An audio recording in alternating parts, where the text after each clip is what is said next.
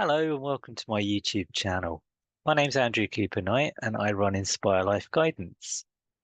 Today I thought it'd be a good idea to talk a little bit about life coaching versus counselling. And if you've ever thought that you may need counselling or life coaching, which may be more appropriate for you. At Inspire Life Guidance, I deal with both, and sometimes they're quite interchangeable. I may have a client that has come to me for life coaching, and through discussion and through where they are currently in their life circumstances, we may include some counselling as well. Likewise, when somebody's been through a few sessions of counselling, it might then be time to introduce them to life coaching. So what's the difference? What are the two? Counselling in any form, whether it's spiritual counselling, which is more what I deal with, or straightforward counselling or any other form of counselling, tends to look at the person as they are today. What has brought them here? What is affecting them now? And why might that be? So there's a very simple sort of interpretation, I guess, of counselling. Counselling will be looking back. It will be taking our client as they are today. And if they're experiencing a block or a problem, or they're being triggered by an emotion or by any circumstance in their life, it will be the job of the practitioner to take their client back to that point and work out how to resolve it. Maybe through using forgiveness or acceptance, or merely just looking at it from a different perspective. So for instance, if somebody came to me and they were going through a relationship issue, for example, we'd discuss that relationship, what happened in the relationship. If we're discussing a loss of any description, let's re-explore that. Let's go back into that loss. How's it affecting them now? What's it stopping them from doing? What time do they need? What coping mechanisms do they need? So counselling will very much look at the person and what has brought them to their current position. Life coaching tends to work in the other way. We look at our client as they are now, and we work out where they want to be. Life coaching can quite often be more structured. So if somebody was to come to me for life coaching, I would be asking them exactly where do they see themselves in a certain period of time. It may be that they want to get their own business up and running. It may be that they want to move on with their current job. It may be they want to move. It may be they've got life goals that they've yet to even start, but they're now at the point where they want to start those and start on that pathway. Life coaching involves a commitment from the client that they are willing and ready now to move forward. And on the back of that, there will be goals that are set. If somebody says, I want to be a manager in the company that I'm working for, it won't be as simple as setting the one goal that they're going to be a manager. We need to break that down. Do they need training? Is there a time frame? Do they need help and assistance?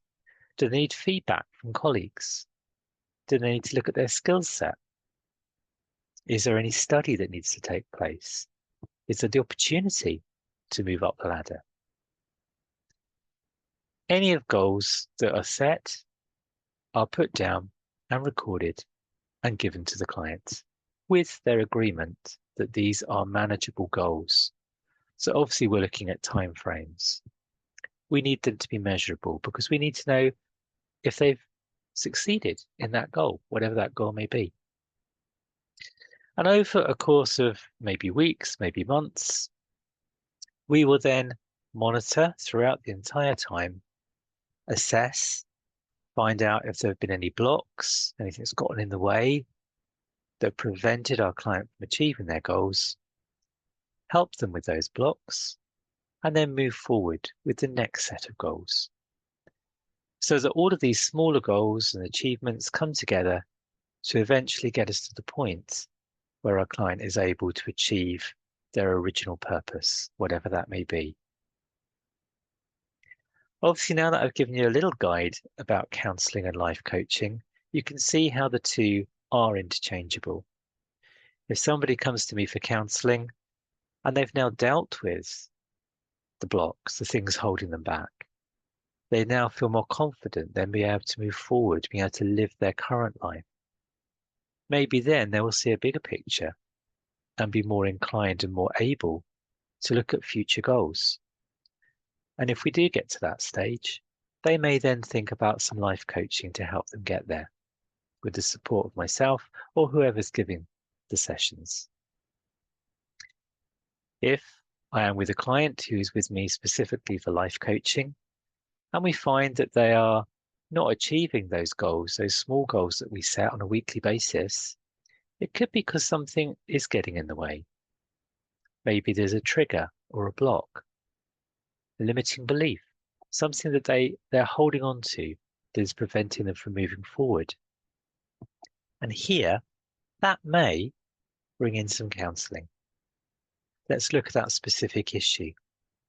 If suddenly they find that they've been hit by a lack of confidence, where does it come from? Who's told them that they're not good enough? Who's told them they can't do this? And quite often, that will relate back to something from childhood or from when they were very much younger. And even though somebody may only be able to think of something maybe quite recently, where they've had a falling out with somebody or they've been told something detrimental, it probably does go back a lot further than that. And so from a counselling perspective, I would want to bring my client back to the first time they experienced this negative reaction. If it was a lack of confidence, a lack of feeling they're not good enough, maybe a glib comment when they were 6, or an argument when they were 8, brought them to that way of thinking and they've held on to it. And however difficult, to take somebody back to that point can be so valuable. Because it may be that that person's holding resentment, guilt, shame, and all of those things can be addressed. So whether you want to approach somebody for counselling or for life coaching, both are extremely beneficial. Both help to make our client more self-aware. And the more self-aware we are, the more we know how to move forward, the more we understand ourselves and our reactions. And by understanding our reactions to any given situation, we can create coping mechanisms. We can create protection. We can create situations that will help us to avoid the risk of going back downhill. What I hope I can do with Inspire Life Guidance is to help somebody live their best life, to the best of their abilities, in a supportive and encouraging way. We've all got abilities. We've all got amazing, wonderful things that we can offer to the world and use to help us as individuals to move forward. But sometimes we just can't see what that is. And having the luxury of sitting down and spending a whole hour when all you need to talk about is yourself is a real luxury. We so often let life get in the way. We so often get wrapped up in the busyness of every day, whether we're parents, whether we're workers, obligations, responsibilities. All of those things that we have can sometimes just run away with us, and we start to lose sight of who we are. And so to be able to have the luxury of sitting down for an hour and being supported and being able to talk all of that through, we can gain perspective back, work out who we are, and work out how we best want to live our lives. So for now, thank you for joining me. I know it's only a brief recording here today, but thank you very much. And I hope that if you ever feel you need help, that you feel that you're able to do so and to seek that from whomever appeals to you, whomever you find that will help you to move forward, because we all deserve to live the best life.